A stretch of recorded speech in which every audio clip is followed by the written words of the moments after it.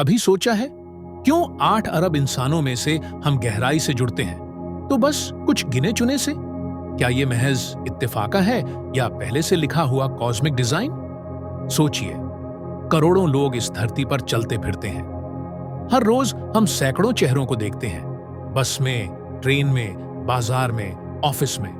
लेकिन अजीब बात यह है कि उन हजारों चेहरों में से हमें मुश्किल से कुछ ही याद रहते हैं। और भी हैरानी की बात, पूरी जिंदगी में हम कुछ गिने चुने लोगों से ही गहराई से जुड़ पाते हैं। क्यों? क्या ये महज इत्तेफाका है या फिर इसके पीछे कोई बहुत गहरा राज छिपा है? हर चेहरे में अलग कहानी है, हर आंख में अलग सपना। लेकिन आप खुद से पूछिए, आपके जीवन में कितने लोग वास्तव में गहराई से आए? 100? 200? बाकी अरबों के चेहरे तो जैसे कभी अस्तित्व में ही नहीं आते। क्यों? क्या यह कोई संयोग है या फिर कोई अदृश्य नियम जो तय करता है कि आप किससे मिलेंगे, किससे जुड़ेंगे और किससे दूर रहेंगे? वैज्ञानिक कहते हैं इंसानी दिमाग औसतन सिर्फ 150 लोगों को ही गहराई से याद रख सकता है। इसे डनबार नंबर कहा जाता है। लेकिन क्या विज्ञान का यह नियम ही पूरी सच्चाई है? लेकिन यह तो बस शुरुआत है। असली रहस्य अब भी बाकी है। आगे जो सुनेंगे वो आपकी सोच को पूरी तरह बदल सकता है। आध्यात्मिक परंपराएं कहती हैं, नहीं, इसके पीछे और भी गहरा रहस्य छिपा है। आप जिनसे जुड़े हैं वो लोग अचानक नहीं आए, वो आपके पुराने जन्मों के साथी हैं। सुख देने वाले भी वही, दुख देने वाले भी वही। तो क्या हम जिनसे जुड़ते हैं वो सब पूर्व निर्धारित हैं? क्या हमारी जिंदगी के सभी गहरे रिश्ते, चाहे वो माँ बाप हो, जीवन साथी हो, दोस्त हो या दुश्मन, सब कॉस्मिक डिजाइन के हिस्से हैं? और अगर हाँ, तो क्या इसका मतलब ये है कि हम फ्री नहीं हैं, सब पहले से तय है? या फिर हमारे कर्म हर दिन नए कनेक्शंस बनाते रहते हैं? यही रहस्य हमें अगले हिस्से की ओर ले जाता है। क्या इंसान खुद रिश्तों का निर्माता है या सिर्फ कर्म का कैदी? साइंस कहता है कि किसी अजनबी को देखते ही आपका दिमाग कुछ ही सेकंड में यह तय कर लेता है कि वो इंसान आपको पसंद है या नहीं। मशहूर मनोवैज्ञानिक मैल्कम ग्लैडवेल अपनी किताब ब्लिंक 2005 में लिखते हैं कि इस प्रक्रिया को थिन स्लाइसिंग कहा जाता है। यानी हमारा सबकॉन्शियस माइंड सामने वाले के चेहरे, आवाज और बॉडी लैंग्वेज को पलक झपकते ही स्कैन कर लेता है और वर्डिक्ट सुना देता है, ये अपना है या ये अजनबी है। लेकिन बात यहीं खत्म नहीं होती। रिजोलाटी और क्रेग हीरो बताते हैं कि हमारे दिमाग में मौजूद मिरर न्यूरॉन्स तभी एक्टिवेट होते हैं जब सामने वाले इंसान की एनर्जी हमारी इनर फ्रीक्वेंसी से मेल खाती है। तभी हमें वो इंस्टेंट कनेक्शन महसूस होता है जिसे हम कभी-कभी पहली नजर का भरोसा या दिल को छू जाने वाली मुलाकात कहते हैं। पर कनेक्शन सिर्फ दिमाग तक ही सीमित नहीं है। अब साइंस हमें एक और गहरी सच्चाई दिखाने वाली है और न्यूरोसाइंस की रिपोर्ट साफ कहती है, हम कनेक्ट सिर्फ उन्हीं से करते हैं जिनकी फ्रीक्वेंसी हमारी फ्रीक्वेंसी से रेजोनेट करती है। यानी कनेक्शन सिर्फ दिमाग की तरंगों तक सीमित नहीं है। मॉडर्न फिजिक्स भी यही रहस्य दोहराती है। क्वांटम फिजिक्स में एक अद्भुत कॉन्सेप्ट है एंटेंगलमेंट। इसका मतलब है कि अगर दो पार्टिकल कभी जुड़ जाते हैं तो वे लाइट ईयर्स दूर होने पर भी इंस्टेंटली कनेक्टेड रहते हैं। सोचिए, अगर निर्जीव पार्टिकल्स का यह हाल है तो फिर जीवित आत्माएं क्या इससे भी गहरे स्तर पर जुड़ी हो सकती हैं? क्या यही वजह है कि जब हम किसी इंसान से मिलते हैं तो लगता है ये कनेक्शन कहीं कॉस्मिक लेवल पर पहले से लिखा हुआ है? विज्ञान इसे एंटेंगलमेंट कहता है, योगी इसे आत्माओं का बंधन कहते हैं। शायद आपने भी नोटिस किया हो, कभी इंस्टाग्राम पर या लिंक्डइन पर किसी अजनबी की प्रोफाइल देखते ही अजीब सी फैमिलियरिटी महसूस हुई हो, या फिर डेटिंग एप्स पर स्वाइप करते ही लगा हो ये इंसान मुझे पहले से जाना पहचाना लगता है। सोचिए, ये डिजिटल दुनिया के कनेक्शंस भी अगर महज न्यूरॉन्स का खेल नहीं है तो इनके पीछे कौन सी अदृश्य ताकत काम कर रही है? साइंस कहता है ये सबकॉन्शियस प्लस न्यूरॉन्स का खेल है, लेकिन स्पिरिचुअलिटी कहती है यह सोल मेमोरी का संकेत भी हो सकता है। अब सोचिए, क्या ये कनेक्शंस सिर्फ न्यूरोसाइंस तक सीमित हैं या फिर ब्रह्मांड की कोई अदृश्य ताकत हमारी मुलाकातों को पहले ही तय कर चुकी है? विज्ञान न्यूरॉन्स और फ्रीक्वेंसीज की बात करता है, लेकिन साइकोलॉजी और गहराई में उतरकर बताती है कि कनेक्शन हमारी भावनात्मक जरूरतों पर भी आधारित होता है। मनोविज्ञान की कई रिसर्च कहती हैं कि हम उन्हीं लोगों से जुड़ाव महसूस करते हैं जो हमारी हिडन इमोशनल नीड्स को पूरा करते हैं। उदाहरण के लिए, अगर किसी ने बचपन में अकेलापन महसूस किया हो, तो वयस्क होने पर उसका मन ऐसे लोगों की तरफ खींचता है जो उसे बिलोंगिंगनेस और सुरक्षा का एहसास कराए। यही नहीं, महान मनोविश्लेषक कार्ल युंग ने इस फिनोमेनॉन को और गहराई से समझाते हुए कहा था कि हम सबके अंदर एक कलेक्टिव अनकॉन्शियस मौजूद है, यानी इंसान के अवचेतन में ऐसे यूनिवर्सल पैटर्न्स और आर्केटाइप्स छिपे हैं जो हर संस्कृति और हर युग में दोहराए जाते हैं। और जब हम ऐसे किसी इंसान से मिलते हैं जो हमारे अंदर छिपे हुए किसी आर्केटाइप को एक्टिवेट कर देता है, तो हमें इंस्टेंट कनेक्शन महसूस होता है। ऐसा लगता है जैसे यह इंसान हमें बरसों से जानता है, भले ही मुलाकात अभी अभी हुई हो। लेकिन दोस्तों, विज्ञान यहां तक ही समझाता है, और सिर्फ दिमाग ही नहीं, मॉडर्न बायोलॉजी भी यही संकेत देती है। आज की एपिजेनेटिक्स रिसर्च ने साबित कर दिया है कि हमारे अनुभव, हमारा दर्द और हमारी भावनाएं, ये सब सिर्फ हमारी यादों तक सीमित नहीं रहते, बल्कि हमारे जीन्स के ऊपर भी निशान छोड़ देते हैं।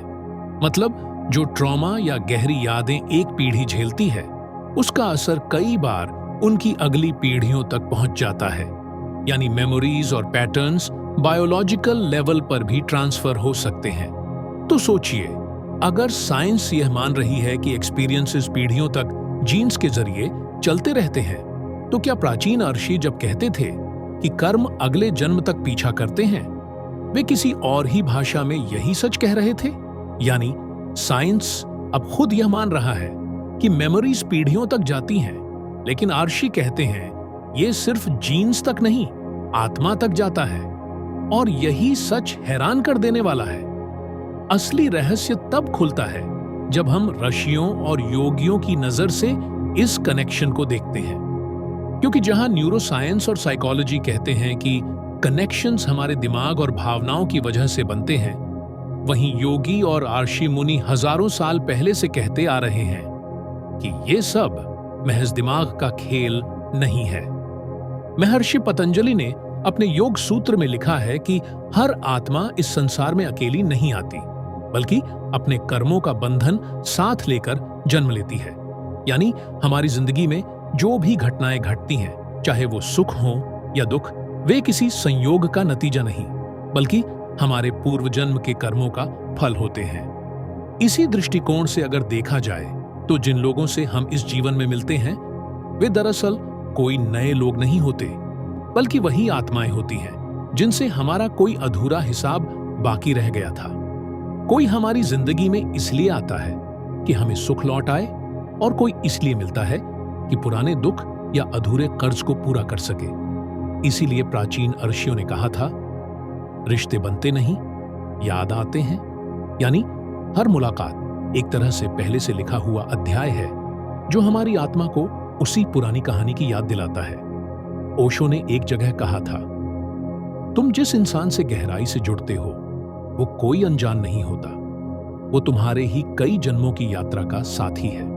यानी गहरी आत्मीयता कभी अचानक नहीं होती, बल्कि आत्मा के लंबे सफर की निरंतरता होती है। इसी तरह गौतम बुद्ध ने भी अपने उपदेशों में बताया था कि हम जिन लोगों से इस जन्म में मिलते हैं, उनसे हमारा संपर्क पहले भी अनेक जन्मों तक रहा है। उन्होंने कहा, आत्माएं, परिस्थितियां बदल सकती हैं, शरीर बदल सकते हैं, लेकिन उनका आपसी संबंध बार बार जन्मों में दोहराया जाता है। योगियों के अनुभव भी यही कहते हैं। जब कोई साधक ध्यान की गहराई में उतरता है और उसकी चेतना पास्ट लाइफ मेमोरीज को देखने लगती है, तो उसे स्पष्ट दिखाई देता है कि उसकी माँ, उसका मित्र, यहाँ तक कि उसका शत्रु भी पहले किसी न किसी रूप में उसके जीवन का हिस्सा रह चुका है। यानी रिश्ते कभी एक्सीडेंटल नहीं होते, ये सब एक कॉस्मिक अकाउंटिंग है आत्माओं का अदृश्य लेखा जोखा, जिसमें हर मुलाकात, हर जुड़ाव और हर बिछड़ाव पहले से लिखा होता है। अगर हर रिश्ता कॉस्मिक अकाउंटिंग है, तो क्या हमारे पास कोई आजादी भी है, या हम बस पुराने कर्ज चुकाने आए हैं? तो क्या ये सब सचमुच पास्ट लाइफ का खेल है, या फिर बस दिमाग की एक ट्रिक? साइंस कहता है कि जब दो इंसानों की एनर्जी फ्रीक्वेंसीज मैच करती हैं, तो दिमाग में न्यूरॉन्स फायर करते हैं, हॉर्मोन्स रिलीज होते हैं और हमारी भावनाएं तुरंत ट्रिगर हो जाती हैं। लेकिन आध्यात्मिक परंपरा कुछ और कहती है। योगियों और ऋषियों के अनुसार ऐसा मैच यूं ही नहीं हो जाता। यह तभी संभव होता है जब आत्माओं के बीच किसी जन्म जन्मांतर का कोई धागा अभी भी बाकी हो। यानी विज्ञान और अध्यात्म दोनों दरअसल एक ही रहस्य को अपनी अपनी भाषा में बयान कर रहे हैं। साइंस इसे कहता है वाइब्रेशंस कनेक्ट होती हैं, और योगी कहते हैं वो वाइब्रेशंस पैदा ही होती हैं हमारे कर्मों और आत्मा के बंधन से। तो अब सबसे बड़ा सवाल उठता है, क्या सचमुच हम जिनसे गहराई से जुड़ते हैं वो हमारे पिछले जन्मों का अधूरा हिसाब किताब है? क्या यही वजह है कि कुछ लोग हमें पहली ही मुलाकात में अपने लगते हैं और कुछ लोग बरसों साथ रहकर भी अजनबी जैसे लगते हैं? क्या हमारी जिंदगी के सारे रिश्ते, माता, पिता, दोस्त, प्रेमी, यहां तक कि दुश्मन तक पहले से लिखे हुए होते हैं? या फिर हम अपने हर नए कर्म से आज भी नए कनेक्शंस बना रहे हैं? यही वह मोड़ है जहां विज्ञान और अध्यात्म आमने सामने खड़े हो जाते हैं। साइंस पूछता है, न्यूरॉन्स, एनर्जी और वाइब्रेशंस के आधार पर यह सब कैसे होता है? और स्पिरिचुअलिटी जवाब देती है, वाइब्रेशंस तो बस सरफेस हैं, असली कारण है आत्मा और उसके कर्मों का गहरा बंधन। आखिरकार यही रहस्य हमारी सबसे बड़ी यात्रा है, इंसान की भी, रिश्तों की भी और आत्मा की भी। साइंस ने इस रहस्यमयी कनेक्शन पर कई प्रयोग किए हैं। स्टैनफोर्ड यूनिवर्सिटी में एक मशहूर एक्सपेरिमेंट हुआ जिसमें अजनबी लोगों को एक कमरे में बैठाकर सिर्फ 2 मिनट तक एक दूसरे की आंखों में देखने को कहा गया। न वहां कोई बातचीत हुई, न सवाल जवाब। लेकिन आश्चर्य की बात यह थी कि सिर्फ 2 मिनट बाद ही ज्यादातर प्रतिभागियों ने कहा, मुझे ऐसा लगा जैसे मैं इस इंसान को पहले से जानता हूं। साइंटिस्ट्स ने समझाया कि यह कोई जादू नहीं था, बल्कि विज्ञान है। हमारी आंखें सिर्फ विजन की खिड़की नहीं है, बल्कि सबकॉन्शियस माइंड की भाषा भी है। जब 2 लोग गहराई से एक दूसरे को देखते हैं, तो उनकी नर्वस सिस्टम की तरंगें आपस में जुड़ जाती हैं और यह इंस्टेंट सेंस ऑफ फैमिलियरिटी पैदा करती है। यानी कनेक्शन कभी फेस वैल्यू पर नहीं बनता, वो हमेशा एनर्जी वैल्यू पर बनता है। तो क्या कनेक्शन आंखों से नहीं, एनर्जी से होता है? लेकिन अगर ये सच है, तो फिर कुछ रिश्ते हमें गिफ्ट क्यों लगते हैं और कुछ सज्जा क्यों? विज्ञान न्यूरॉन्स और फ्रीक्वेंसीज की बात करता है, लेकिन साइकोलॉजी और गहराई में उतरकर बताती है कि हम कनेक्ट क्यों करते हैं। साइकोलॉजी में एक महत्वपूर्ण अवधारणा है, अटैचमेंट थ्योरी। इस थ्योरी के अनुसार हमारा दिमाग बचपन में ही यह पैटर्न सीख लेता है कि किस तरह के इंसान पर भरोसा करना है और किससे दूरी बनानी है। यानी जब हम बड़े होकर किसी नए इंसान से मिलते हैं, तो हमारा सबकॉन्शियस माइंड तुरंत यह चेक करता है, क्या ये वही एनर्जी है जो मुझे सुरक्षा और बिलोंगिंगनेस दे सकती है? अगर जवाब हाँ है, तो हम गहराई से जुड़ जाते हैं। लेकिन अगर नहीं, तो चाहे सामने वाला कितना भी अच्छा, दयालु या समझदार क्यों ना हो, उस रिश्ते में कभी वो आत्मीय कनेक्शन महसूस नहीं हो पाता। यही वजह है कि कुछ लोग सालों साथ रहने पर भी अजनबी जैसे लगते हैं, जबकि कुछ लोग पहली ही मुलाकात में अपने लगते हैं, मानो वो हमें बरसों से जानते हों। लेकिन ये कहानी यहीं खत्म नहीं होती। जहां साइकोलॉजी कहती है कि हम बचपन की जरूरतों और आर्किटाइप्स से जुड़ते हैं, वहीं योगियों ने हजारों साल पहले इसे कार्मिक बंधन कहा। अब अगर हम इस विषय को आध्यात्मिक दृष्टि से देखें, तो प्राचीन आचार्यों ने इसे एक अलग ही आयाम से समझाया है। आदि शंकराचार्य ने स्पष्ट कहा था, रिश्ते कर्म की डोर से बंधे हैं, यानी कोई भी संबंध यूं ही नहीं बनता। हर रिश्ता हमारे कर्मों के अदृश्य धागों से बुना हुआ होता है। योगियों के अनुभव भी यही बताते हैं। जब साधक ध्यान की गहराई में उतरता है तो उसे अपने पिछले जन्मों की स्मृतियां दिखाई देने लगती हैं। वहां वह पाता है कि वही आत्माएं बार बार उसके आसपास आती हैं, कभी मित्र बनकर, कभी परिवार बनकर और कभी शत्रु बनकर। इसीलिए कहा जाता है, रिश्ते सिर्फ प्रेम के लिए नहीं बनते, कई बार वे दर्द और संघर्ष का हिसाब चुकाने के लिए भी आते हैं। उदाहरण के लिए कृष्ण और कंस का संबंध देखिए, एक ओर भगवान और दूसरी ओर राक्षस, लेकिन दोनों का जन्म एक ही वंश में हुआ। क्यों? क्योंकि वहां अधूरा हिसाब था, सुख और दुख का आदान प्रदान पूरा करना था। यानी गहरे रिश्ते हमेशा आशीर्वाद नहीं होते, कई बार वे हमारी आत्मा की सबसे बड़ी परीक्षा भी बन जाते हैं। यानी जहां योगी ध्यान में पास्ट लाइफ मेमोरी देखते हैं, वहीं मॉडर्न साइंटिस्ट एक्सपेरिमेंट्स के जरिए उसी रहस्य को मापने की कोशिश कर रहे हैं। आज का मॉडर्न न्यूरोसाइंस भी उसी रहस्य की ओर इशारा करता है, जिसकी बात आशी मुनि सदियों पहले कर चुके थे। रिसर्च बताती है कि जब हम किसी ऐसे इंसान से मिलते हैं जिसकी ब्रेन वेव्स हमारी ब्रेन वेव्स के साथ रेजोनेट करती हैं, तो हमें तुरंत एक तरह की इंस्टेंट फेमिलियरिटी महसूस होती है। लेकिन अगर इसी फेनोमेनॉन को योगियों की भाषा में समझें, तो वे कहते हैं यह सिर्फ ब्रेन वेव्स की रेजोनेंस नहीं है, बल्कि कर्मों की रेजोनेंस है। जहां साइंस कहता है न्यूरॉन्स मैच हो रहे हैं, वहीं अध्यात्म कहता है जन्म जन्मांतर का धागा जुड़ रहा है। भाषा अलग हो सकती है, परंतु सत्य एक ही है। एक तरफ प्रयोगशाला का विज्ञान इसे वाइब्रेशंस और न्यूरॉन्स में समझाता है, और दूसरी तरफ ध्यान की गहराई से जागृत हुई चेतना इसे आत्मा और कर्मों के बंधन में देखती है। कई लोगों ने मेडिटेशन में पास्ट लाइफ ग्लिम्पसेस देखे, जैसे किसी अनजान को देखकर अचानक गहरी पहचान महसूस होना। साइंस इसे डेजा व्यू कहता है, पर स्पिरिचुअलिटी इसे सोल रिकॉग्निशन कहती है। हार्वर्ड में हुई एक स्टडी ने भी दिखाया कि कुछ लोग पहली बार में ही गहरे दोस्त बन गए, जबकि कुछ लोग महीनों साथ रहकर भी डिस्टेंट रहे। यानी हर इंसान के अंदर एक इनविजिबल मैग्नेट है। साइकोलॉजिस्ट्स ने इस एक्सपेरिमेंट से एक गहरी सच्चाई निकाली।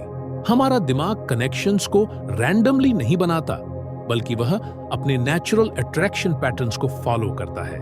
यानी हर इंसान के भीतर एक अदृश्य चुंबक होता है, एक सटल मैग्नेटिक फील्ड जो कुछ स्पेसिफिक लोगों को अपनी ओर खींच लेता है।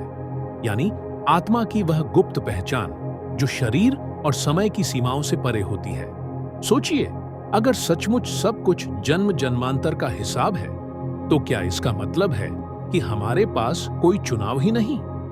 क्या यह तय है कि हम जिनसे मिलते हैं, जिनसे प्रेम करते हैं या जिनसे घृणा करते हैं, वो सब पहले से लिखा हुआ है?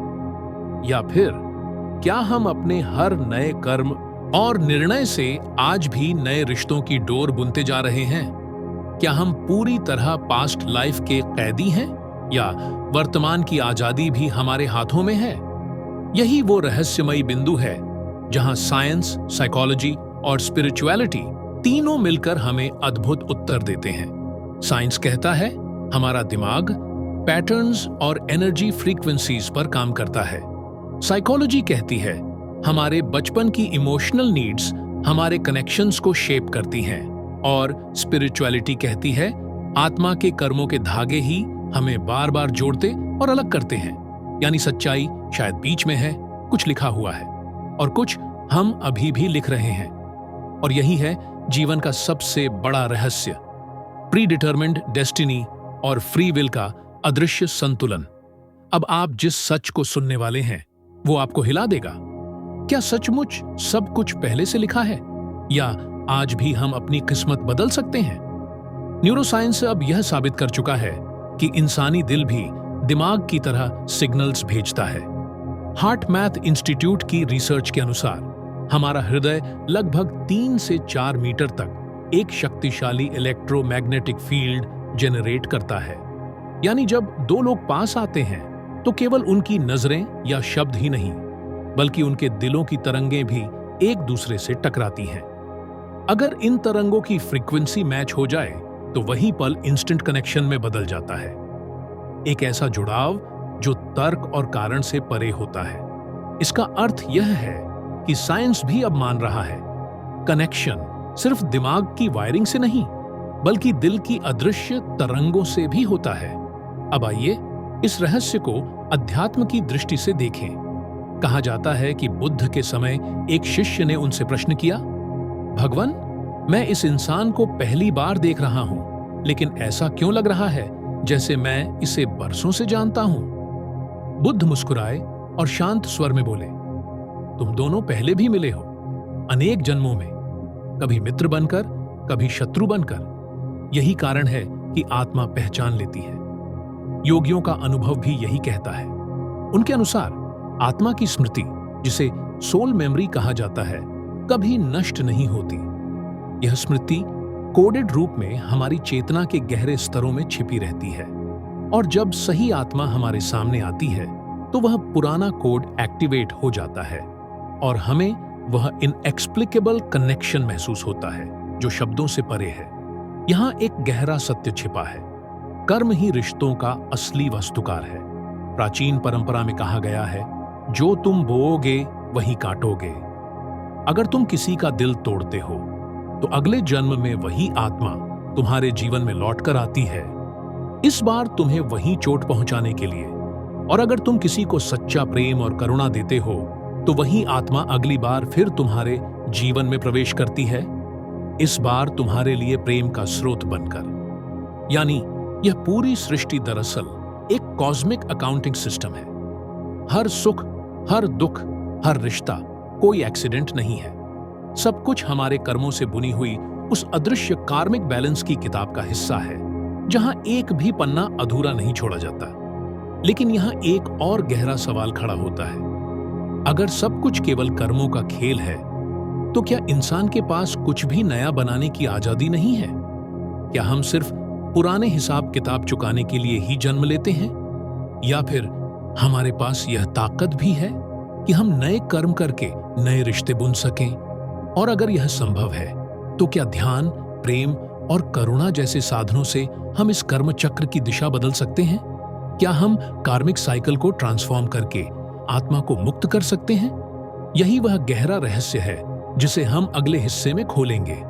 क्या आत्मा सचमुच मुक्त हो सकती है, या वह हमेशा रिश्तों के अदृश्य बंधन में बंधी रहती है?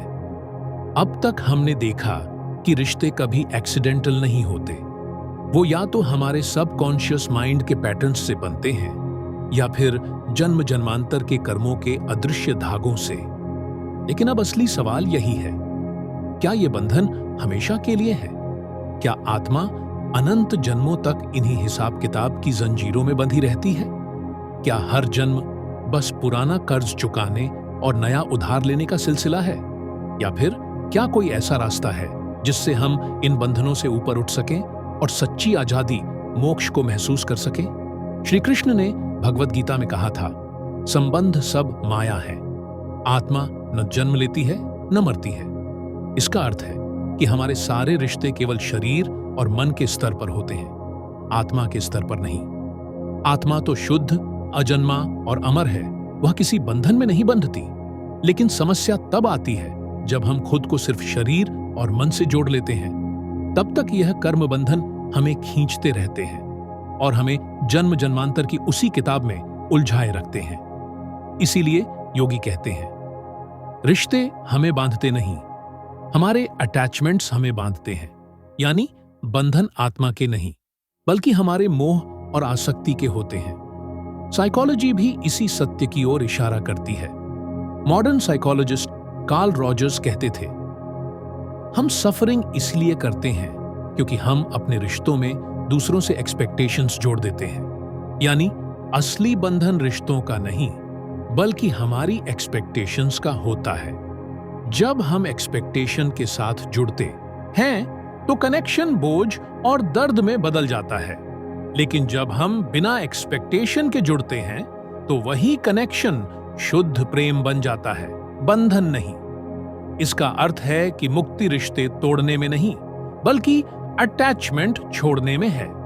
कनेक्शन को बनाए रखते हुए एक्सपेक्टेशन को छोड़ देना ही असली स्वतंत्रता है। योगियों ने रिश्तों और कर्म बंधन से मुक्ति पाने के लिए कई उपाय बताए हैं। वेट, ध्यान, मेडिटेशन। जब हम किसी व्यक्ति को उसके नाम, रूप और व्यक्तित्व से परे देखना शुरू करते हैं और केवल उसे एक आत्मा की ऊर्जा के रूप में अनुभव करते हैं, तो हमारे भीतर जमा हुआ कार्मिक नॉट धीरे धीरे डिसॉल्व होने लगता है। 2. साक्षी भाव, विटनेसिंग। जब हम हर रिश्ते को एक गवाह की तरह देखते हैं तो हम उसमें उलझते नहीं। तब हम समझते हैं कि सामने वाला जो भी कर रहा है वह भी अपने कर्मों का परिणाम है। यह दृष्टि हमें इन्वॉल्वमेंट से ऊपर उठाकर समझ और शांति देती है। 3. करुणा, कंपैशन। अगर कोई हमारे जीवन में हमें दुख देने आया है तो बदला लेने की बजाय जब हम उसमें करुणा रखते हैं तो कार्मिक साइकिल उसी क्षण टूट जाता है, क्योंकि क्रोध और प्रतिशोध नया बंधन बुनते हैं, जबकि करुणा पुराने बंधन को डिसॉल्व कर देती है। यानी मुक्ति रिश्तों को तोड़ने से नहीं आती, मुक्ति आती है जब हम रिश्तों को आत्मा की दृष्टि से देखते हैं, ध्यान, साक्षी भाव और करुणा के माध्यम से। तो दोस्तों, आज हमने मिलकर यह रहस्य समझा कि रिश्ते कभी एक्सीडेंटल नहीं होते। कभी ये न्यूरोसाइंस और साइकोलॉजी के पैटर्न्स से बनते हैं और कभी आत्मा के जन्म जन्मांतर के अदृश्य धागों से। लेकिन असली मुक्ति तब आती है जब हम रिश्तों को अटैचमेंट से नहीं बल्कि करुणा और साक्षी भाव से जीते हैं। अगर आप मानते हैं कि हर रिश्ता एक कॉस्मिक डिजाइन है तो कमेंट्स में लिखिए, मैं तैयार हूं अपनी सोल कनेक्शंस को पहचानने के लिए। अगर आपको यह वीडियो पसंद आया हो तो लाइक जरूर कीजिए। ऐसे और गहरे रहस्यों को जानने के लिए सब्सक्राइब कीजिए हमारे चैनल समरी जंक्शन को। और हाँ, अगर आप हमारे काम को सपोर्ट करना चाहते हैं तो सुपर थैंक्स बटन दबाकर हमें अपना आशीर्वाद दीजिए। और एक महत्वपूर्ण बात, आज हमने जिन एग्जाम्पल्स और थ्योरीज पर बात की वे सब साइंटिफिक रिसर्च और ऑथेंटिक सोर्सेज पर आधारित हैं। चाहे तो आप डिस्क्रिप्शन में दिए गए रेफरेंसेस को खुद भी वेरीफाई कर सकते हैं, क्योंकि हमारा मकसद सिर्फ कहानी सुनाना नहीं बल्कि ज्ञान को प्रमाण के साथ साझा करना है।